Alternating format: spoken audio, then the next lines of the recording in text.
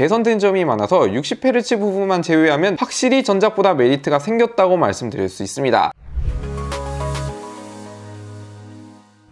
안녕하세요, IT의 진심인 남자 티노입니다. 오늘은 정말 거의 2달 넘게 사용해본 아이폰 15 실사용 분석 리뷰를 한번 해볼까 합니다. 제가 생각해보니 아이폰 15 관련 영상을 엄청나게 많이 만들었는데 문제는 리뷰 영상을 15% 딱 하나만 올렸더라고요. 그리고 리뷰 영상 언제 올라오냐, 리뷰 영상 보고 싶다 하시는 분들도 많아서 빠르게 살펴봅시다. 그리고 고정 댓글에 11월 에어팟 프로 2 구독자 이벤트도 많은 참여 부탁드릴게요.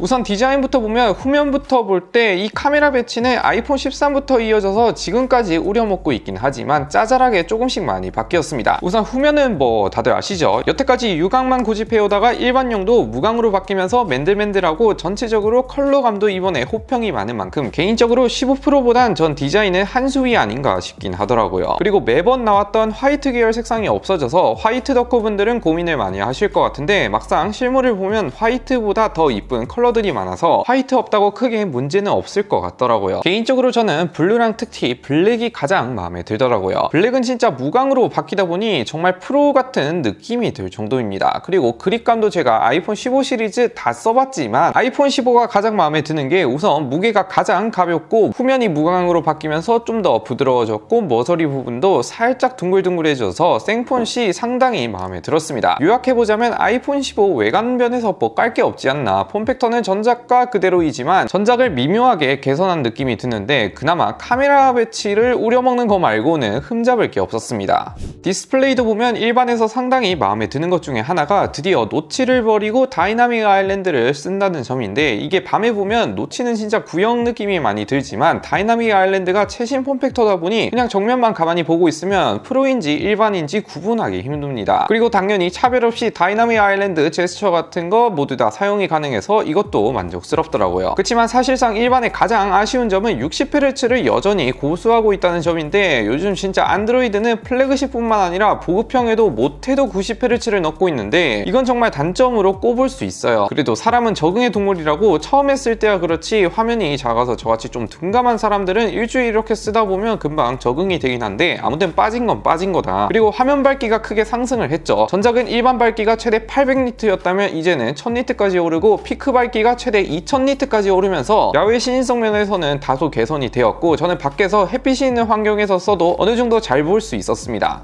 성능도 보면 TSMC 4나노 공정 A16 칩셋을 탑재했죠. 사실 이게 아이폰 14에 이미 탑재된 걸 재탕 혹은 금나누기 차원으로 전작 모델을 넣었는데 전작 칩셋이긴 하지만 성능 면에서는 저는 부족하다는 느낌은 거의 못 느껴봤습니다. 그만큼 워낙에 잘 나오기도 했고 긱벤치 6로 바로 살펴보면 싱글은 2500점대, 멀티코어는 6200점대로 S23이랑 비교해봐도 여전히 높고 이 정도는 뭐 지금 써도 3년 정도는 문제없는 수준이지 않나 싶긴 해요. 당연하게도 성능이 받쳐주다 보니 iOS 판올림 업데이트도 최소 5년에 확보되어 있는 것도 덤입니다. 그리고 C타입도 살포시 확인해보면 일반은 아시다시피 라이트닝에서 C타입만 변경된 USB 2.0 방식을 사용했는데 개인적으로 2달 넘게 사용해보면서 막 불편하다, 느리다, 못쓰겠다 하는 느낌은 못 받았습니다. 그리고 유선 속도가 여전히 느리긴 해도 솔직히 요즘 유선으로 파일을 옮길 일이 잘 없기도 하고 옮긴다 해도 클라우드라든지 에어드롭을 통해 이동하기 때문에 저한테는 이게 단점이라 생각되지 않고 오히려 C타입으로 바뀌니까 아이패드랑 아이폰을 들고 다녀도 이제 콘센트 하나로 충전이 해결되다 보니 C타입으로 바뀐 게 매우 마음에 들었습니다. 그래서 99% 사용자 입장에서는 USB 2.0 때문에 불편하다 하시는 분들은 실사용 시 없지 않을까 싶긴 해요.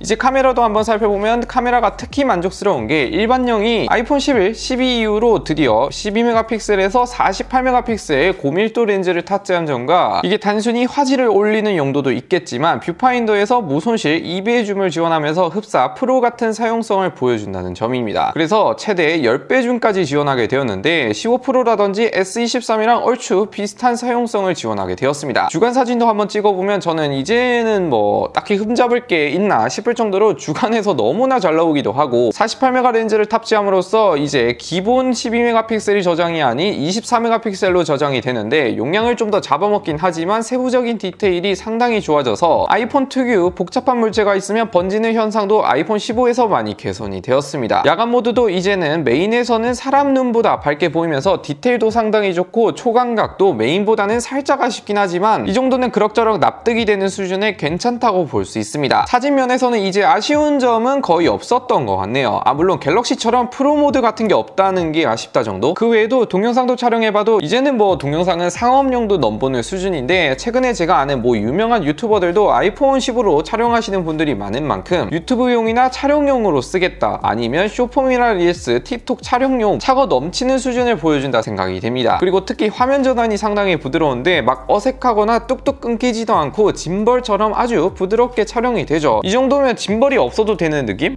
내장 배터리도 보면 사실 이게 가장 안 바뀐 게 배터리일 정도로 그냥 전작과 너무 똑같은 수준을 보여줍니다. 아이폰 13이랑 아이폰 14랑 15랑 거의 뭐 똑같은 느낌? 제가 LTE 사용 패턴으로 웹서핑이나 인터넷 주로 사용해본 결과 100% 사용 기준 7시간 정도 사용할 수 있었습니다. 한국인 하루 평균 6시간이라고 하는데 평균 사용자라면 뭐 넉넉하게 쓸 수 있는 느낌? 휴대폰 오래 쓰시는 분들한테는 살짝 부족할 수 있겠지만 대다수 사용자 입장에서는 크게 문제 없다고 생각이 되네요. 그리고 C타입도 보면 개인적으로 C타입이 탑재돼서 속도가 빠를 줄 알았는데 충전 속도는 여전히 살짝 느린 속도를 보여주는데 30분 충전은 빠르지만 완충에는 2시간 가까이 걸리는 모습을 보여줬습니다. 이게 스펙상 20W 정도밖에 안 됩니다. 갤럭시는 25W로 넣어도 욕을 먹는데 아이폰은 이런 거에 대해서는 좀 관대한 편이긴 해요. 그 대신 C타입 바뀌었잖아. 마지막 내장 스피커도 보면 그냥 딱 평범한 수준? 그렇다고 막 못 들어주겠다, 음질이 별로다 이런 것도 잘 없고 집에서 가볍게 유튜브용, 미디어 시청용 아니면 누워서 집에서 음악 듣기용 그냥 무난하게 쓸 수 있지 않나 싶은 음질이긴 해요. 뭐 딱히 특별한 것도 없습니다.